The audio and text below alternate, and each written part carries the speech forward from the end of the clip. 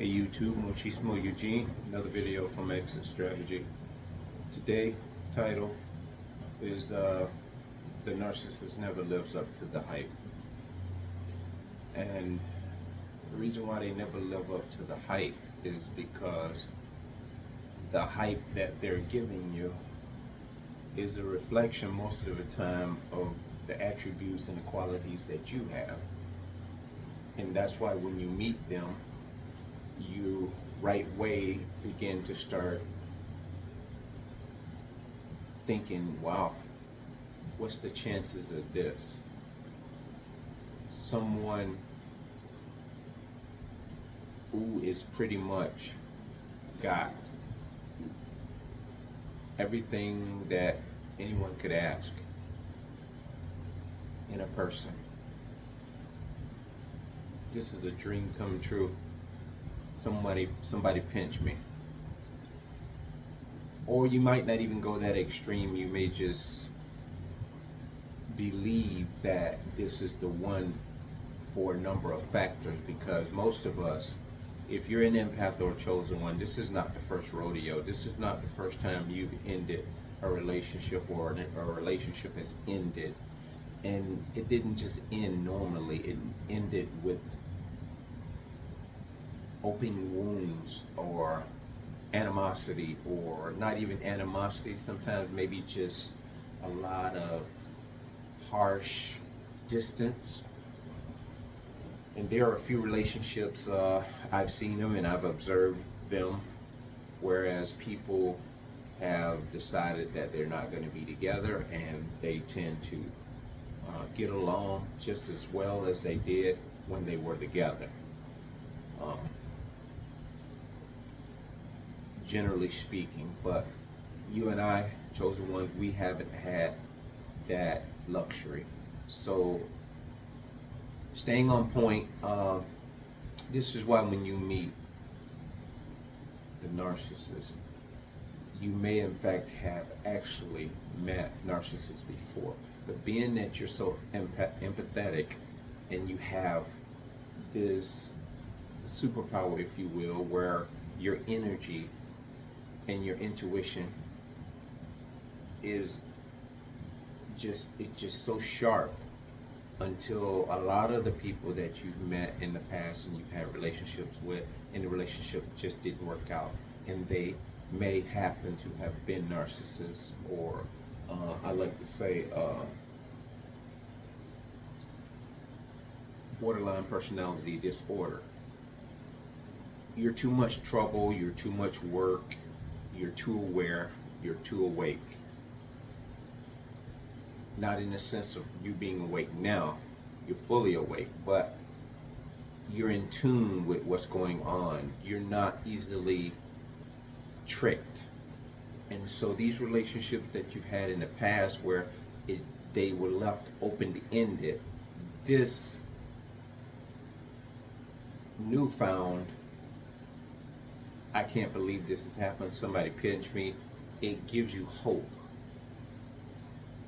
In your mind, this is what all of your heartaches and pains, ups and downs, failed relationships, all of those were preparing you for this particular person you think is the one. But what we don't realize is that this particular one here is just another one sent by the enemy, the devil, the dark energy spirits in this universe, to finish the job that the ones before them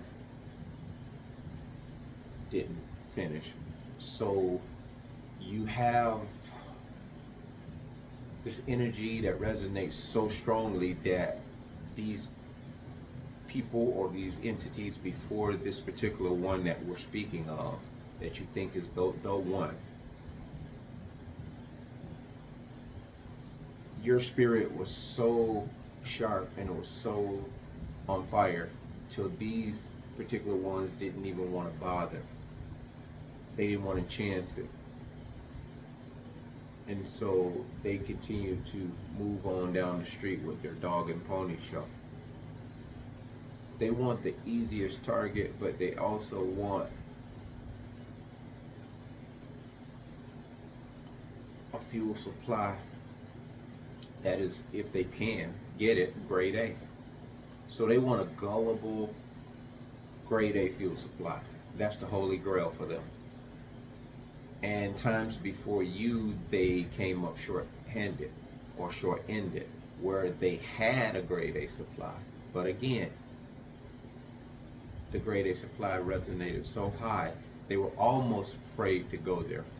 And so they continued to move on down the street. They had to put in a lot of work to insulate these particular grade A supplies. So they happen upon you, and you probably open wounds, been hurt, like I just pointed out, open-ended relationships that didn't end well, no closure, and you've probably been on a hiatus and haven't dated anyone or haven't had an interest in anyone for several months, and in many cases years. And this is before you even know about narcissistic personality disorder. You just think it's you. Something's wrong with you. If I just work on myself, and in a sense, you're thinking you're working on yourself to change everything about you so you can be prime and primed for the next potential person in your life. But what you're doing, you're changing your authenticity. You're changing your authenticity based on all these other failed relationships of these people, most often narcissists, talking in your ear saying you need to do this, you should do that, you should do this. And what you probably did was it was just too much torment for you to be in those relationships. And in many cases, you took the high road. God spared you the expense of being tormented beyond repair with those previous relationships. And again, he had you covered because they probably tried, and their failed attempts brought you all the way to the point of this particular narcissist who does not live up to the hype. But they're the one that the enemy is sent to finish the job. And again, Nolo, it was not happening. And this was the final straw. When God woke you up in this one and he said, wow, I told you, touch not my anointed one, do my prophets no harm. And it's just the way it is, man. We woke up not in and of ourselves, we woke up because there was something that is gifted within us that God did not want the spirits of darkness to tamper with any longer. So he put this thing to rest. And again, they don't live up to the hype. At the end of a relationship, if they were all of that and you were none of that, why are they continuing to chase you around? Why are they continuing to try to discredit you, mischaracterize you? They spend an exhaustive amount of time running around trying to denounce you as a human being, when in fact, this works in many cases because the people who are listening and placating their little agenda, if they had half a brain, they would think, wow, that person is going about their business. Even when they try to say, well, you know what, they're selfish, or yeah, it didn't work because, this is a narcissist talking about you, it didn't work because they controlling, they this, they that, they this. And people looking at you, they know you consistently all your life. They know that you are going about your business. You don't have any problems with people for the most part. But then they think, wow, controller, didn't know he was like that. And that statement right there in their head, didn't know he was like that. If they had half a brain, they would be like, wow, I've never heard anyone say anything like that about that person. So this is how masterful the narcissist is, because they can't live up to the hype. They have to hype up your devaluation. They have to hype up the discrediting you. They have to hype up everything in the negative about you in order that they can maintain the hype. You, on the other hand, you've already realized they're not living up to the hype. They didn't even yeah, it was a terrible fail. So you realized everything that was within this human being was empty, shallow, void of any kind of heartbeat that looks human and healthy. And so this seeks to reassert to you that you were the one that brought the noise. You were the one that lived up to the hype that you didn't even try to live up to, but you are the hype. You're the hype. That's why they were attracted to you, in the sense of they needed you in order to exist in the way that they existed. When they met you, they did tap dance, rolling over, backflips. They did a lot of cartwheels. They did a lot of things, just metaphorically speaking, to appease you. And by you looking at them and they're matching your energy seemingly, that is the very thing that secretes and concentrates your mentality to say, wow, this is the person. So this is systematically how they do this. Now going forward, now you're awake, you don't have to settle for the hype. Matter of fact, when you see the hype coming, what you and I should do is just, I don't know, collectively observe. And this is my best way of exposing or being able to determine narcissists quicker than I've ever did before in my life. When I meet, say, a woman or a girl, and I see she has an interest in me, I'm pretty assertive and outspoken, and I'm an outwardly person. I'm verbal. I can exchange conversation. So what I do now, I tone down my persona. And when they come at me 100 miles an hour with no brakes, they talk a mile a minute, you have to resist. Or this is what I do. I resist the temptation to match their conversation. I just nod.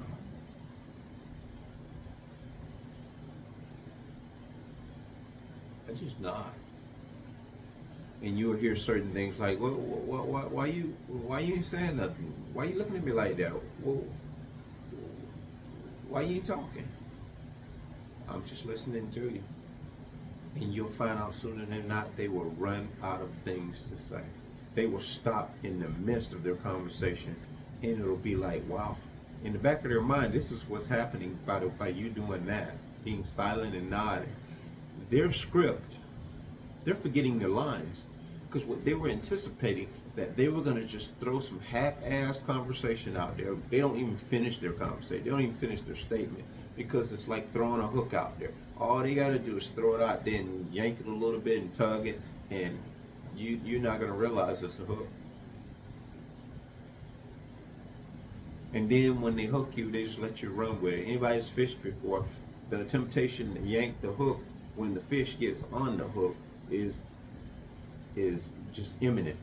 That's the knee-jerk effect. But an avid fisherman will tell you, once the fish is on the hook, he can jump off. He'll unhook himself if you snag it too quick. So what you have to do is just like, if you can see my hand, you just jerk it a little bit, and what that does, that secretes it into the corner of his mouth. And once he feels it's hooked in his mouth, he panics and takes off. And when he takes off and you feel him resist or going against the grain, if you will, that's when you jerk it. And this is how you got him. And it's almost impossible for him to come off of that hook. And you just like let him run himself until he tires out. And so they can't finish the conversation. They'll stop in the midst of the conversation, asking stupid questions like, what? What you looking at me like that for? Why you saying nothing? And you should know right then, why would a person ask me why am I not saying nothing when I'm just listening to them intently? And in a healthy conversation, the one person talks and the other person just listens intently. But when you are that one that is talkative, this is what the narcissist does. They nod. And what they're doing is they're getting intel on you. They act almost similar to how we act on the onset of an interaction or dinner or first date or meet and greet. They act like they have a stellar performance, seemingly. But one of the examples I just pointed out, this is a quick way to determine if you're dealing with a narcissist. Because they're very self-absorbed. You'll see them looking around. They'll be complimenting about the food. They'll be looking at their phone. They'll be asking you what you like, and before you can answer the question, they've changed the conversation. It's just a whole bunch of hocus pocus. And there's a ton of things I can elaborate on to describe how these mannequins behave, but they're everywhere. I see all types of shenanigans, all types of charades they're running on people in my day-to-day going and comings. To be able to observe this kind of madness and not be able to speak to it and not be able to just obliterate it as it's happening, it's one of the most heart-wrenching things I can think of. To see another human being going through such a manipulation by way of these people and not be able to warn them, not be able to give them a heads up in any way, because as you know, most people are tone deaf to what we're talking about. So that's just what I wanted to talk about with that. The narcissist doesn't live up to the hype. You are the hype. You're the authenticity. You're the depth. You have depth. You have genuineness. You have substance to you. But on the contrary, the narcissist is shallow. They're empty. Just a facade that they put on. So if you have any